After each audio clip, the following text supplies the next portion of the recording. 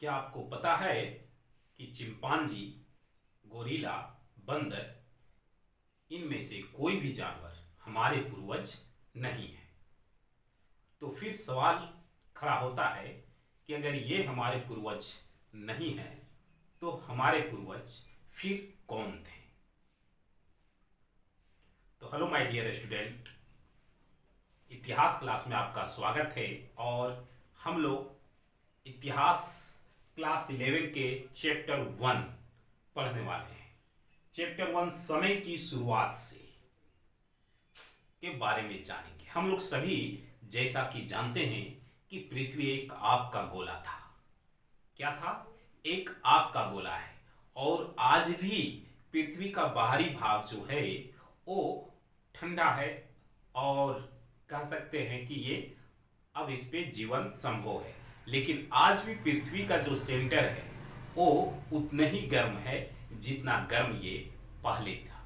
पृथ्वी का सेंटर लगभग जो है वो 6000 डिग्री सेल्सियस टेम्परेचर गर्म है। यानी कि कह सकते हैं आप कि सूर्य का बाहरी एटमॉस्फेयर का जो टेम्परेचर है वो पृथ्वी के सेंटर का टेम्परेचर है।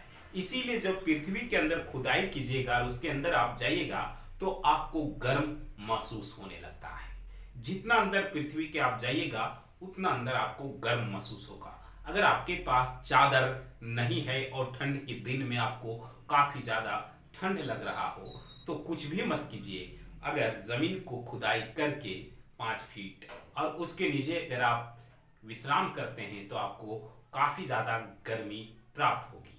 तो आज हम लोग इस चैप्टर में जो अध्ययन करने वाले हैं उस समय के बारे में जानेंगे कि आखिर हमारा पूर्वज कौन है।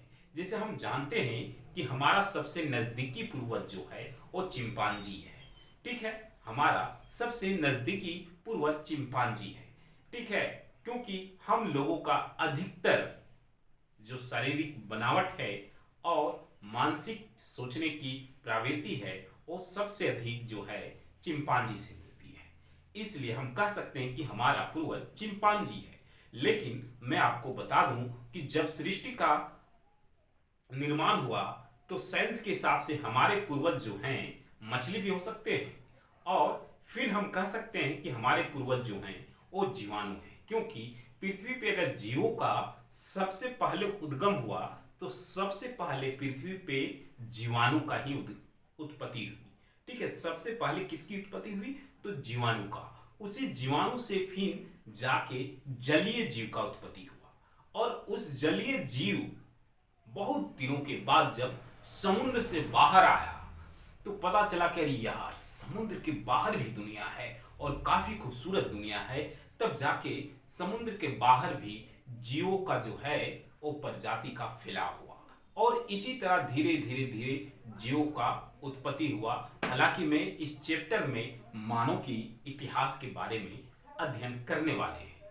जैसे पहला टॉपिक मानव है तो आपसे क्वेश्चन पूछा जाएगा कि पृथ्वी पर ये मानव जाति जो ये मानव नाम है उसका उद्गम कब हुआ था। तो मैं आपको बता दें कि 56 लाख वर्ष पहले पृथ्वी पर एक ऐसे प्राणी का प्रादुर्भाव देखा कर मिला, उसका प्रभाव मिला जिसे आज हम मानव के नाम से जानते हैं। 56 लाख वर्ष यानी 56 लाख ईयर्स ओल्ड ऐसा प्राणी देखने के लिए मिला इस पूरे पृथ्वी में जो अदर प्राणी से बिल्कुल हट के था, दूसरे प्राणियों से बिल्कुल ही और डिफरेंट था। ठीक है, और उसी का नाम क्या पड़ा? मानव। ठीक है, अगर हम बात करते हैं आधुनिक मानव का, आधुनिक जैसे अभी हम दिखते हैं, आपको बता दें कि स्टार्टिंग में मानव ऐसे नहीं दिखते थे। आदि मानव का आपने देखा होगा वो बंदरों के जैसा दिखते थे, उनके पूरे शरीर पे बाल होता था। और चूंकि वो कच्चा मांस खाते थे ना, इसलिए उनके दांत भी जो है वो क्या होते थे? जानवरों के जैसा दांत होते थे। समय के साथ जो है मानव अपने आप को ढालते चले गए और फिर उसी के जैसा मानव जो है अभी आधुनिक मानव जो दिख रहे हैं उस स्टेप में ये ढल गए। तो अगर आपसे पूछा जाएगा आधुनिक मानव का उद्गम कब हुआ? तो आधुनिक मानव जो है 1,60,000 साल पहले पैदा हुआ। आधुनिक मानव जो अभी के मानव हैं उनका जन्म कब हुआ था? तो 1,60,000 साल पहले जन्म हुआ। आधुनिक मानव के उद्भव के दो सिद्धांत दिए गए। इसे कैसे किया गया, बांटा गया, से देखिए। ये क्षेत्रीय निरंतर मॉडल सिद्धांत दिया गया और दूसरा प्रतिस्थापन सिद्धांत दिया गया। क्षेत्रीय नियंत्रण मॉडल सिद्धांत बोलता है कि अनेक क्षेत्रों में अलग अलग स्थानों पर मानव की उत्पत्ति हुई है।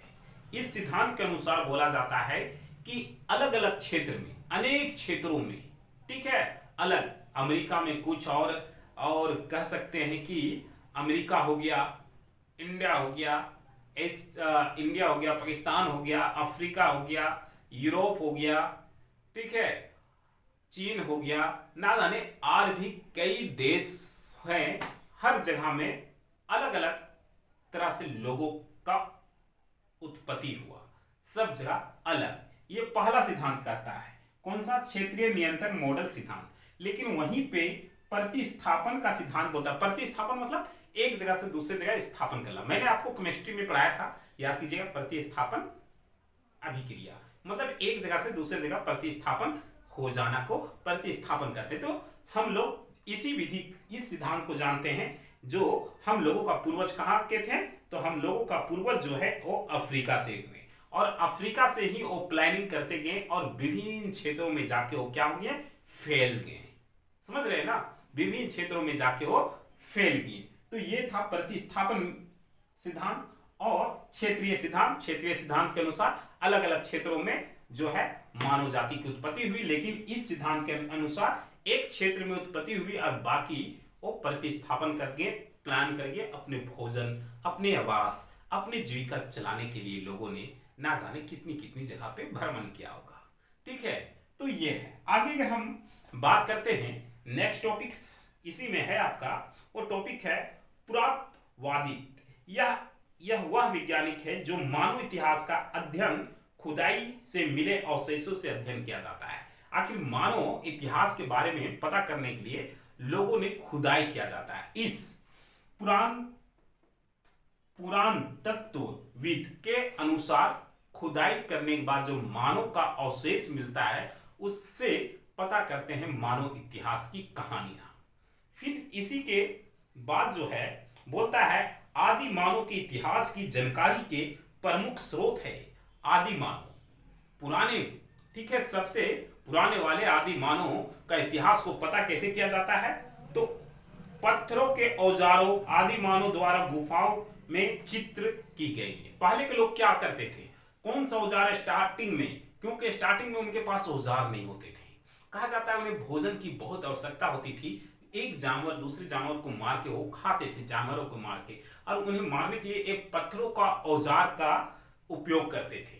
और ये गुफाओं में अपने आप को प्रोटेक्ट करने के लिए ये घर नहीं बनाते थे। आज जो हम लोग घर बनाते हैं ना, बिल्डिंग, आज देखिए प्रेजेंट टाइम में अभी आदमी का क्या रह गया भैया कि पैसा, नौकरी लगे, ठीक है, और नौकरी लगने के बाद पैसा आए, पैसा आने के बाद क्या करना है? घर बनाना है। ठीक है, घर में ही में दिमाग लगता है कि घर बनाएंगे, आराम से चैन से रहेंगे। ठीक है, पहले के लोग क्या करते थे? गुफाओं में, पत्थरों की गुफाओं में रहते थे जानवरों से बचने के लिए, पानी से बचने के लिए। ठीक है, तो जहां पे वो रहते थे वहां पे वो क्या करते थे? चित्रकला करते थे, चित्र बनाते थे। ठीक है, तो जब वो चित्र बनाते थे तो उस चित्र से भी हम लोग पता कर सकते थे मानव इतिहास की कहानियां। ठीक है, तो आप जानिए मानव इतिहास की कहानियां हम लोग कैसे? प्रमुख रूप 3 तरीके से था।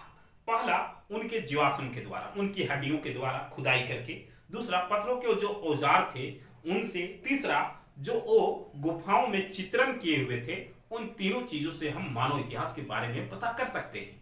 ठीक है, आगे क्या होता है? जीन्स, जिसको हम लोग वंश बोलते हैं। ठीक है, इसके लिए हिंदी में वंश शब्द का प्रयोग किया जाता है, जीन्स। ठीक है, हम जानते हैं कि हमारे वंश, ठीक है, हमारे माता पिता का गुण जो है वो हम में आता है, हमारे गुण हमारे बच्चों में जाएगा, ये पीढ़ी दर पीढ़ी होते जाएगा।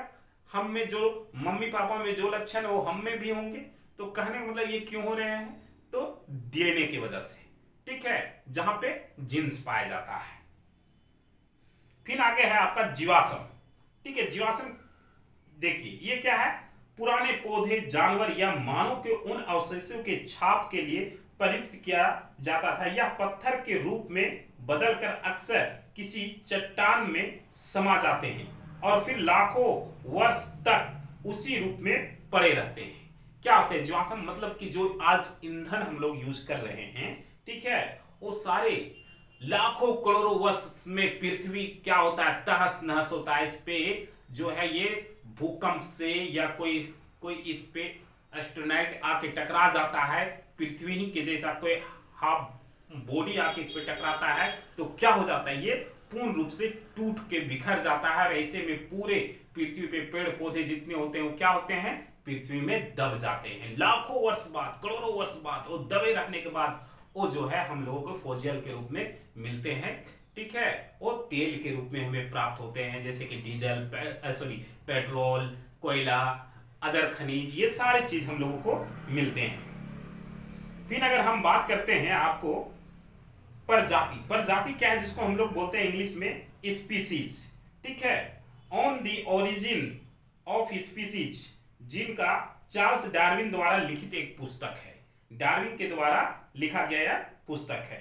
फिर है आपका होमो, होमो क्या है, बोलता है कि लातिनी भाषा शब्द जिनका अर्थ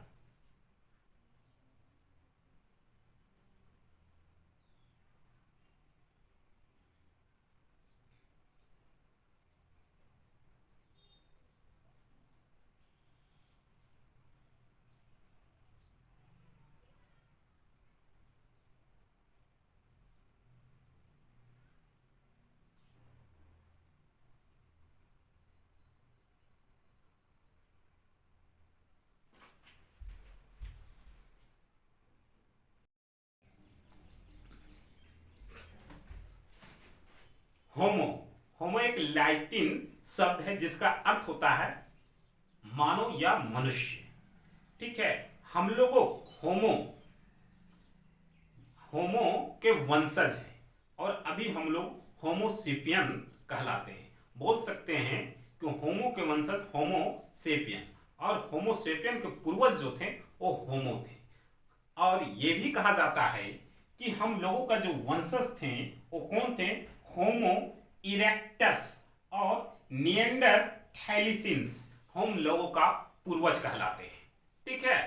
तो हम लोग अभी जानते हैं होमो, नॉर्मली जो हम लोगों का जो पूर्वज थे उनसे मिलता जुलता जीन्स हम लोगों में है, उसी से अभी आधुनिक जो मानव है उस टाइप में कह सकते हैं कि 56 लाख वर्ष जिसे मानव कहा गया था, उस मानव कहीं बदलते हुए स्वरूप में हम लोग जो हैं अभी आधुनिक मानव है। आप इसे ऐसे भी समझ सकते हैं कि एक ब्लैक काउ और एक व्हाइट काउ, सॉरी बुल, दोनों के जो है आपस में जनन कराया जाए तो जब जो बछड़ा जन्म लेगा देखिएगा उसमें कलर जो है दोनों का होगा, ठीक है। तो कह सकते हैं कि धीरे धीरे वो चेंजेस होते चले जाते हैं, जो कि हम लोग साइंस में पढ़ चुके हैं और साइंस की क्लास में हम लोग इसके बारे में और अधिक जानकारी इकट्ठा करेंगे। तो अभी जो हम लोग टॉपिक्स पढ़े वो इतने ही है फिलहाल। इसके नेक्स्ट टॉपिक नेक्स्ट वीडियो में हम लोग जानेंगे। फिलहाल के लिए आप हमें इजाजत दीजिए, मिलते हैं नेक्स्ट वीडियो में नेक्स्ट टॉपिक के साथ। जय हिंद, जय भारत।